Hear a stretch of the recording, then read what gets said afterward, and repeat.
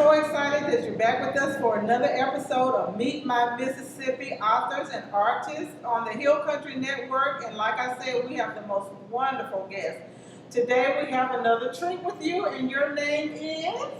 I'm Linda Gholston. Okay, Linda, tell us where you're from, where you were brought up, where you were born. Tell us a little bit about your background. Well, I live in Baldwin, Mississippi. I was born there in 1947, if you can believe, and I have lived away for a number of years, but I'm back there on the original farm where I grew up and where I write about in my bundle of early life. Wonderful. Oh my goodness. I always kind of try to go back to see where I first met the people that I talked to or whatever. So you kind of, in a way, knew me before I knew you because you knew my family. That's Tell right. us about your medical kind That's of right. background, That's nursing right. or whatever. That's right. Because you knew my dad. Exactly. Many, many years ago, when I was a nurse there at North Mississippi Medical Center and doing floor nursing at that time, it was my privilege to take care of a lot of Dr. Neely's patients. Wonderful. So I did know you through that association. Wonderful. Yes. So how long were you a nurse? Where did you go to nursing school? How did that happen? Yeah. Well, it's kind of interesting. I did things backwards. I actually graduated from Blue Mountain College Okay. in 1969. Okay. In fact, this past weekend, I just had my 50th class Oh reunion. my goodness. And saw and visited with people I haven't seen for 50 years. Wonderful. And then after that, I got a degree there in psychology and English. And I stayed on and recruited for the college for the next 4 years. Had a wonderful time doing that. But really felt God leading me into nursing. So I returned to Northeast, finished a nursing degree, and went to work at the medical center, and then began to get into quality assurance, and from that into administration, and then moved on to hospital administration. Wonderful. So you've basically done it all. You've done a little of everything. Yeah. When I started talking to you about your background, it's like, okay, you could have done anything. You have done almost Well, everything. God has definitely blessed me professionally. My last 10 years was in helping to found and establish sanctuary hospitals Oh, yeah. that many people are aware of. And blessed through that. Unlike any other in the nation, we actually did Tell us a little bit about Yeah. Sanctuary House and Yeah. how that started. And one of my favorite thrift shops, everybody needs to go, Sanctuary House. Absolutely. Because Absolutely. it funds that. It absolutely does. Sanctuary Village shop. Absolutely. And people bring us things that they no longer use, or you might be surprised we get lots of antiques Yes. because children are sometimes burdened with having to close down mother and daddy's house, and they don't have very room. high quality clothes Very and much. all kinds Yes. of stuff. Yes. I tell people, don't poo-poo the thrift shopping until you've gone to That's some of right. these shops. And, That's and right. Sanctuary Village Shop is one of those shops. Right. Now tell us where Right. it's located so they'll Yes, know. yes. Right by McDonald's and across from Taco Bell Right. on Gloucester. On Gloucester and Tupelo, and then Sanctuary itself is out on West Main. But a group of people, Patricia and there in Tupelo, went on a mission trip to Mexico and actually saw an inpatient hospice. And God convicted them at that time and convinced them at the same time that North Mississippi deserved and needed. 2 nurses, 2 doctors, they came back, got a group of their friends and associates together, and then we wrote the study format, and through Medicare we were able to establish a rural inpatient hospice, first in the United States. Oh my goodness, see, we're first so many things in Yeah. Mississippi, Yeah. I tell True. people. Now, True. when did it open? How many rooms are there? Yeah. How do you get in? Yeah. You know? Today there are 24 beds. Okay. We opened 8 initially. We had another 8 waiting. We opened those, and then in no time we had to build Right. and add. It stays full Oh, most yeah, of the time. absolutely. It meets such a need. Is there a waiting list? How do you get There on the is. list? You just, There you know, is. Anyone who is at the end of life, you know, curative Right. measures aren't working Yeah. and they need palliative care, the patient family can call. Most is done by physician referral. Okay. And they do keep a list. Okay. A nurse will go out and assess, and we try to get people in who need the care the very most. Right. But it's a It's wonderful work. service. Oh my Yes, goodness, it yes, is. We yes, said it it at the is. same time because Yeah. nobody can Yeah. forget that. Yeah. Now we're going to go to your author life. Oh my goodness, wonderful. This is your book, My Bundle of Early Life. And this book is, amazing. My mother loves it. I love it. She's Thank just you. talking about her life and growing up. And the cover is done by a mutual friend, Brenda Ragsdale. That's right. So we kind of got together on that. But we were Facebook friends, and you asked me about, I want to write a book. But you had been That's thinking right. about it for about how long? Had you been thinking about doing this? Yeah, probably for at least 10 years. I had just thought there's so much that I experienced growing up on this farm that my nieces and nephews and my great nieces and nephews, they're never going to experience Right. hog killing day, Absolutely. shopping at the peddling trucks, cooking out all of those parts of the hog, Yes. picking cotton. Yes. And so I began, even though I was very busy at Sanctuary, I just started jotting down a list of things that I remembered. And then after retirement, I thought I'd really like to start putting these in story form. And so the more I worked on it, the more I would think of other things. So as I compiled that, it got to be quite a few. And through connecting with you, connecting with Brenda, connecting with Liberations Publishing, Yes. I was finally It's here, the baby. The baby is my bundle of early life. And I'm telling you, it is a treat. Every chapter is a whole different story. That's you right. know, and it's just like going from your very early life. And tell us a few of the chapters. What are you talking about? Like you said, hog killing. Yeah. One of the most meaningful to me is each year we had a large garden. And then in the fall, we had the truck patch.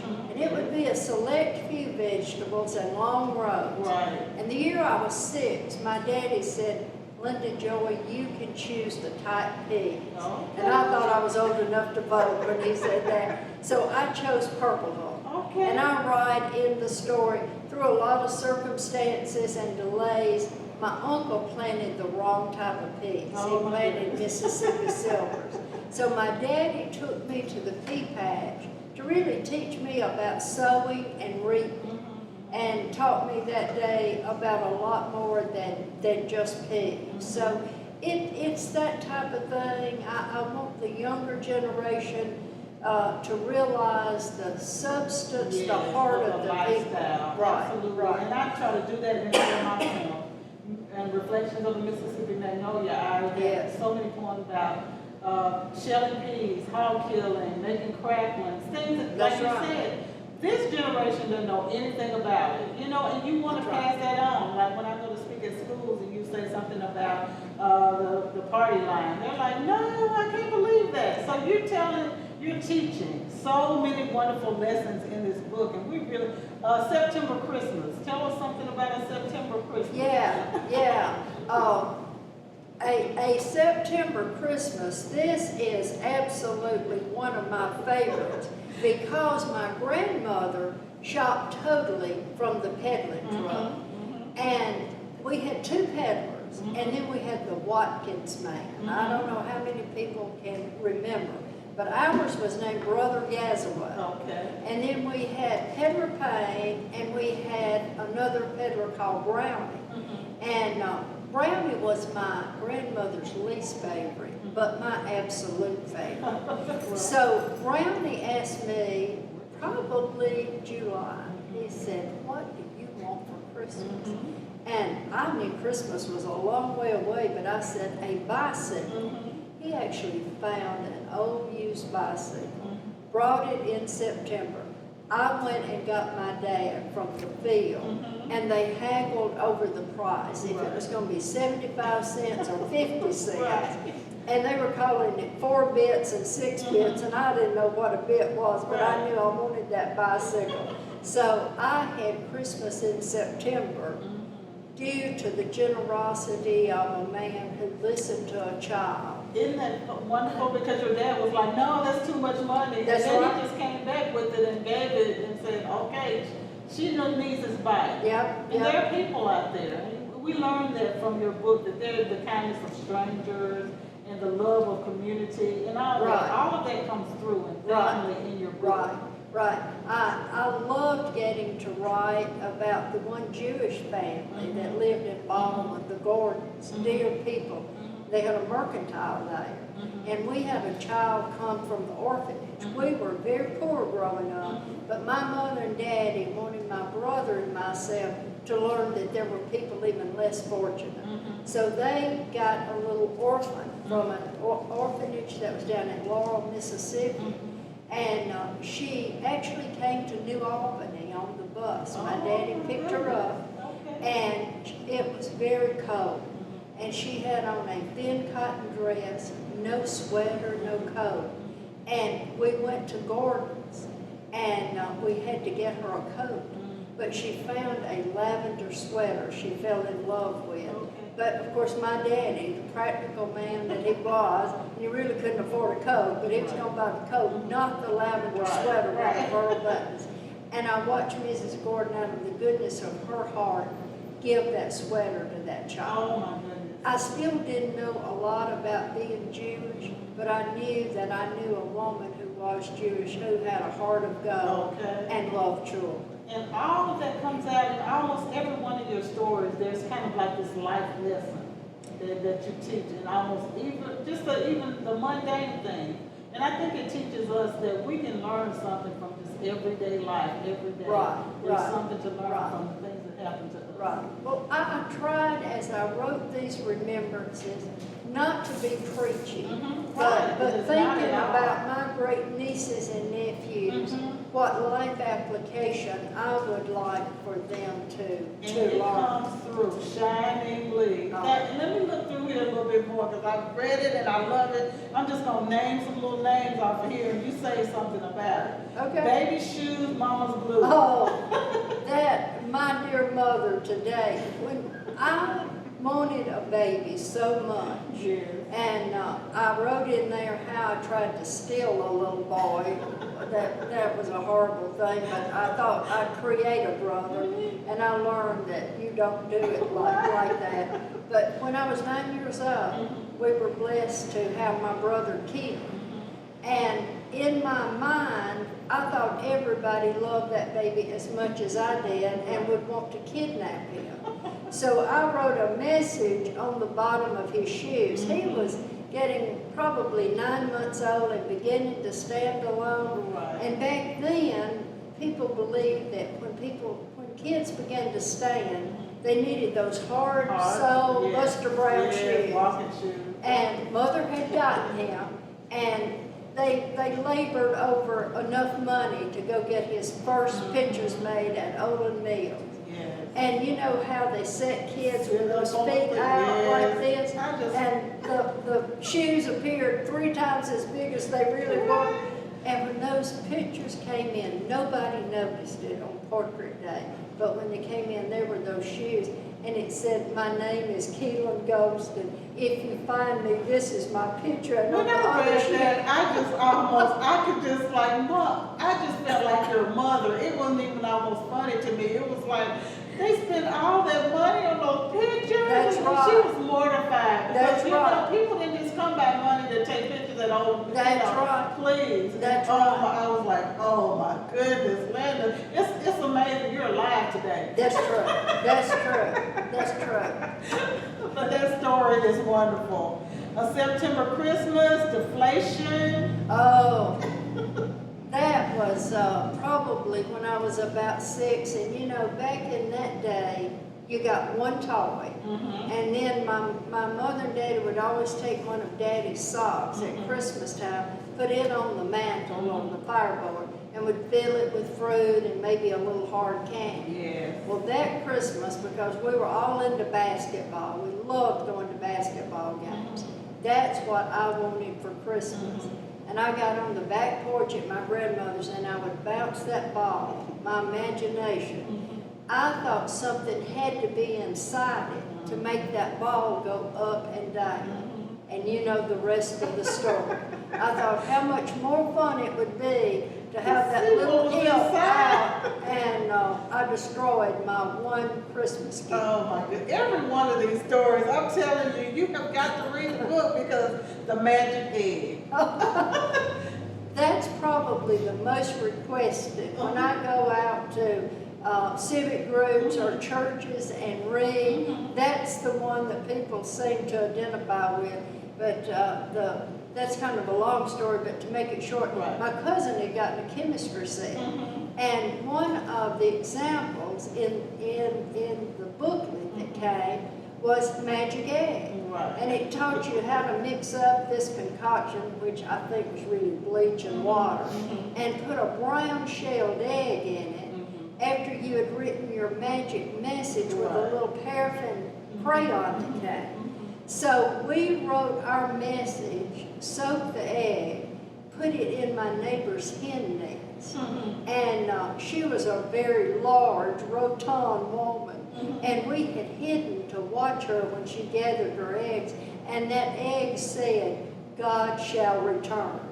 And she was trying to take her apron and wipe the message off. Of course, she couldn't. So we got in big trouble for tricking Miss Ozell. Right. Oh my goodness. Sowing and reaping. It's just that's the one I talked about where my dad taught me that once the peas were planted, those peas were coming up. It's not what he and I wanted. And then he used that to teach me a life lesson. That's wonderful. Right. And like I said, you don't do it in a preachy way, but every single thing in here has some kind of life application. Well, thank you. It's not a lesson, it's an application. So tell us about, I'm just going to name some names. Sitting Up with the Sick, Daddy's Down, Ducks on a Pond, Mom's Company, Miss Gordon and Nancy, Measuring Head Circumference. What about the measuring head circumference? Yeah. This was when Keelan was a baby, probably like sitting alone. It's a wonder Keelan's still alive too. I know. But a child whose family my daddy and mother knew was hydrocephalic. And back in that day, people referred to them as waterhead babies. And the water would collect and, enlarge the head. Well, I heard Mother and Daddy talking about that. Little did I realize Gholston men by nature have large heads. But I decided that Keelan was hydrocephalic. Oh my goodness. And I told my mother, and she said, that's crazy, he's not. But I devised a way of measuring his head every single day. And the more I measured, the more I was inclined to go measure again until Mother destroyed my measuring tape. Yeah. I'm telling you, this book is a delight. Everybody anywhere needs this book. If you're from the country, you need the book. If you want to know about the country you live in, you need the book. It tells about Mississippi history. It really does. It does. And it's a way of life that's, like they say, gone with the wind.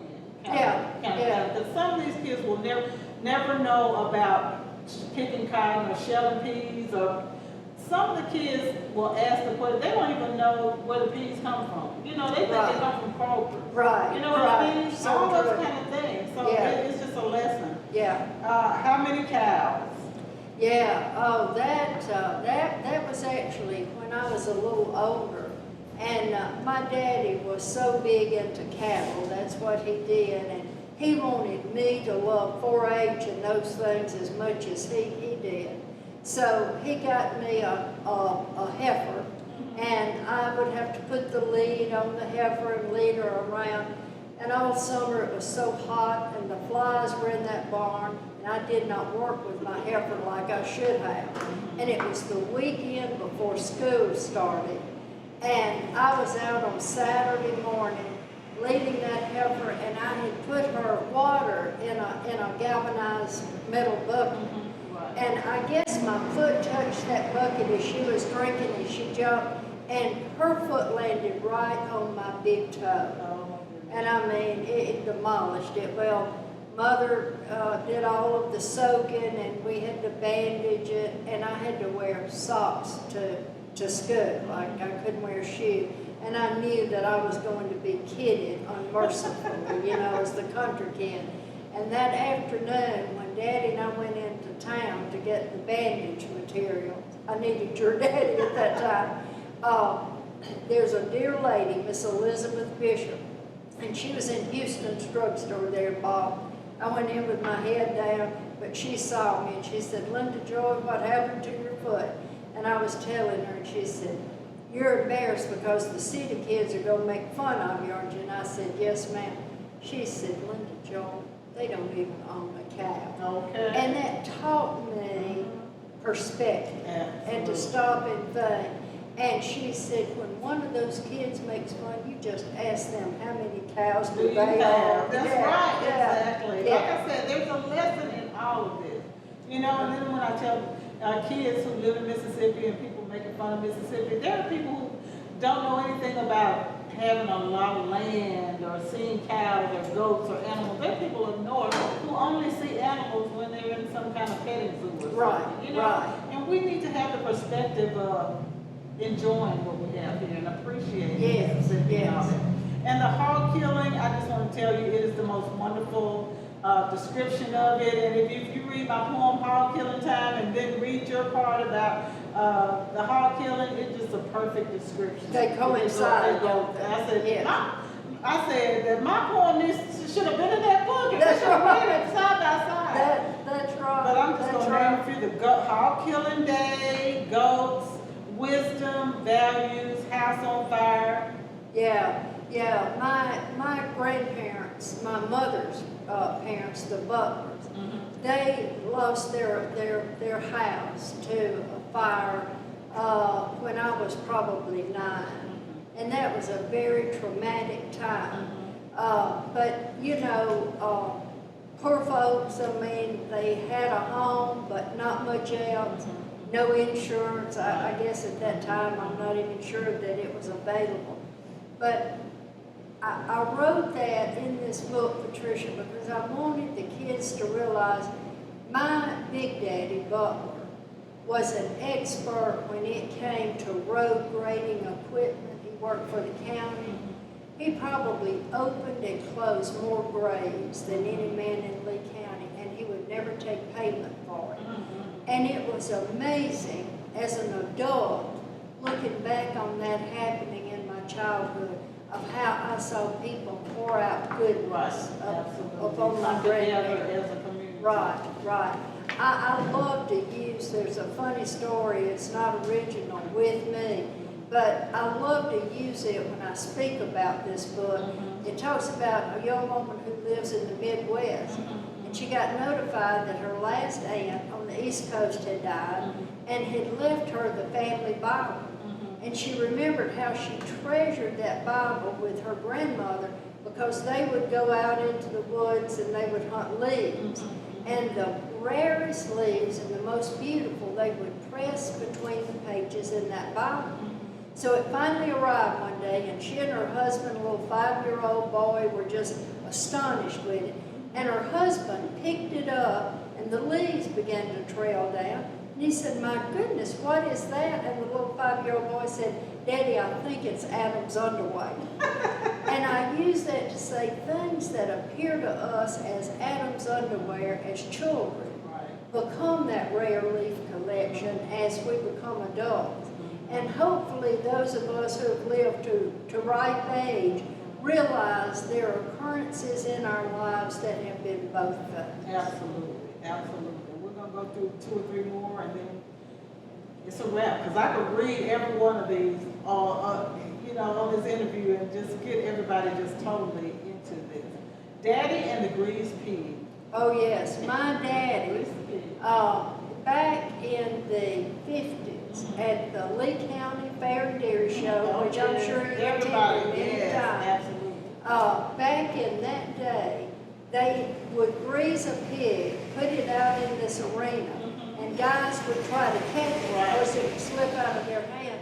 And my daddy was determined that our family was going to have meat that he provided. Okay. I was not even a year old, so this is a story that he enjoyed telling me. Okay. But at the end of the night, my daddy came out with that pig. And the neighbor that he had ridden with, Daddy had all of that hog slop and poop on him. So he made him ride in the back of the truck with the pig. But they finished that pig or grew it to maturity. Wow. And that was the family's meat for the following winter.